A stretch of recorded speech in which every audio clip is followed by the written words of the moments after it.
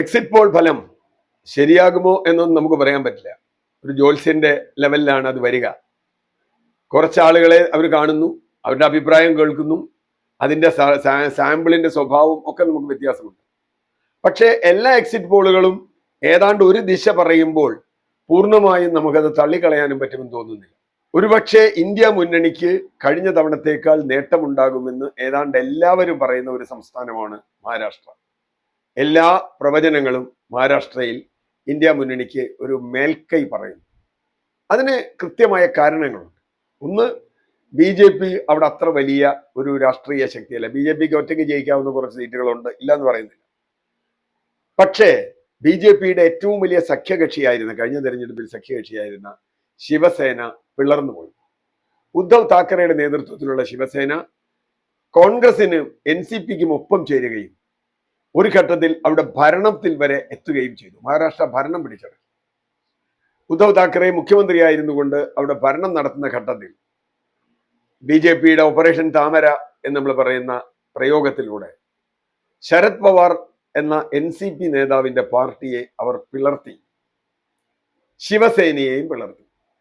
എന്നിട്ട് അജിത് പവാർ എന്ന് പറയുന്ന എൻ സി പി വിഭാഗവും, അവർക്കാണ് ഔദ്യോഗികമായി കിട്ടിയതെന്നുള്ളത് വേറൊരു കാര്യം, മുറിഞ്ഞുപോയ ശിവസേനയുടെ വിഭാഗവും ചേർത്ത് എം എൽ എമാരുടെ എണ്ണമുണ്ടാക്കി എൻ ഡി എ സഖ്യം മഹാരാഷ്ട്രയിൽ അധികാരത്തിൽ വന്നു.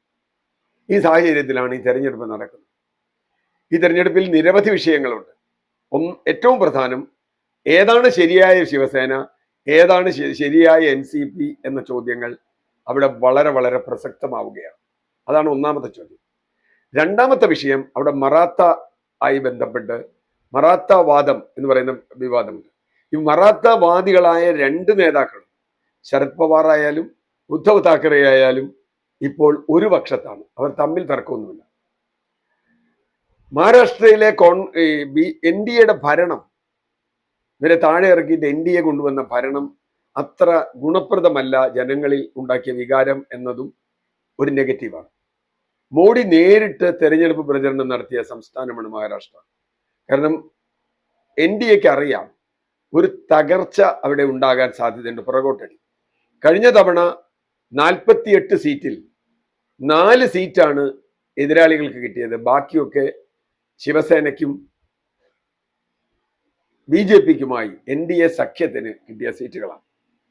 അപ്പോൾ ഇത്തവണ എത്ര കിട്ടും എന്ന ചോദ്യമുണ്ട്. ശരത് പവാറിനെ സംബന്ധിച്ചിടത്തോളം, ഉദ്ധവ് താക്കറെ സംബന്ധിച്ചിടത്തോളം തങ്ങളുടെ ഐഡന്റിറ്റി, തങ്ങളാണ് യഥാർത്ഥ എൻ സി പി, തങ്ങളാണ് യഥാർത്ഥ ശിവസേന എന്ന് തെളിയിക്കേണ്ടതുണ്ട്. ബി ജെ പിക്ക് മോഡി പ്രഭാവമുണ്ട്, ഇതൊക്കെ ഉണ്ട്. എന്നാൽ എക്സിറ്റ് പോൾ ഫലങ്ങൾ ഇത്തവണ പറയുന്നത് എന്തായാലും 2019 ഫലമല്ല അവിടെ ഉണ്ടാവുക എന്നാണ്. എൻ ഡി എ വളരെ പുറകോട്ട് പോകും. ഏറ്റവും നല്ല പ്രവചനം പോലും എൻ ഡി എക്ക് 25 സീറ്റാണ് അവിടെ പറയുന്നത്. 18 സീറ്റ് വരെ എൻ ഡി എക്ക് പ്രവചിക്കുന്ന സർവേകളുമുണ്ട്. എന്ന് പറഞ്ഞാൽ 25 മുതൽ 30 സീറ്റ് വരെ ചിലപ്പോൾ മഹാവികാസ് അഗാദി എന്ന് പറയുന്ന എൻ ഡി എ സഖ്യം നേടിയേക്കാം. അങ്ങനെയാണെങ്കിൽ അത് മോഡിക്കും അവിടെയുള്ള സർക്കാരിനും ബി ജെ പിക്കും വലിയ തിരിച്ചടിയാണ്. ഇന്ത്യ സഖ്യത്തിന് വലിയ മുന്നേറ്റമാണ്. അതിന്റെ ഭാഗമായി കോൺഗ്രസിന് സീറ്റ് കൂടും. കോൺഗ്രസിന് മുമ്പ് ഒരു കിട്ടാത്ത സ്ഥലമാണ്. ശിവസേന, ഞങ്ങളാണ് ശരിയായ ശിവസേന എന്ന് തെളിയിക്കാൻ ഉദ്ധവ് താക്കറെക്ക് കഴിയുമെന്നാണ് പറയുന്നത്. വിമത ശിവസേന ഏതാണ്ട് വട്ടപൂജ്യമാണ് പലരും പ്രവചിക്കുന്നത്. അതുപോലെ എൻ സി പിക്കും അടിതെറ്റും, എൻ സി പി അജിത് പവാറിനും അടിതെറ്റും. സംഗതി ചിഹ്നമൊക്കെ അവരുടെ കയ്യിലാണെങ്കിലും ജനവും വോട്ടും ഇപ്പോഴും ശരത് പവാറിന്റെ കയ്യിലാണ് എന്നാണ് ഇത് തെളിയിക്കുന്നത്. അങ്ങനെയെങ്കിൽ ഈ തെരഞ്ഞെടുപ്പിൽ ഇപ്പൊ കേരളമോ തമിഴ്നാടോ പഞ്ചാബോ ഒക്കെ ഇവർ വലിയ തോതിൽ പ്രതീക്ഷിച്ചിട്ടുള്ള, ഇന്ത്യ സഖ്യം പ്രതീക്ഷിച്ചിട്ടുള്ള സംസ്ഥാനമാണ്. എന്നാൽ അതിനേക്കാൾ ഒരുപക്ഷെ നല്ല റിസൾട്ട് എന്ന് ഞാൻ പറഞ്ഞാൽ എണ്ണത്തിൽ കൂടുതൽ മാത്രമല്ല, കഴിഞ്ഞ തവണയുമായി താരതമ്യം ചെയ്യുമ്പോൾ വലിയ മുന്നേറ്റം ഇന്ത്യ സഖ്യത്തിന് ഉണ്ടാവുന്ന ഒരു സംസ്ഥാനമായിരിക്കും മഹാരാഷ്ട്ര എന്നാണ് ഇതുവരെ വന്നിട്ടുള്ള എക്സിറ്റ് പോൾ റിസൾട്ടുകൾ നമ്മളോട് പറയുന്നത്.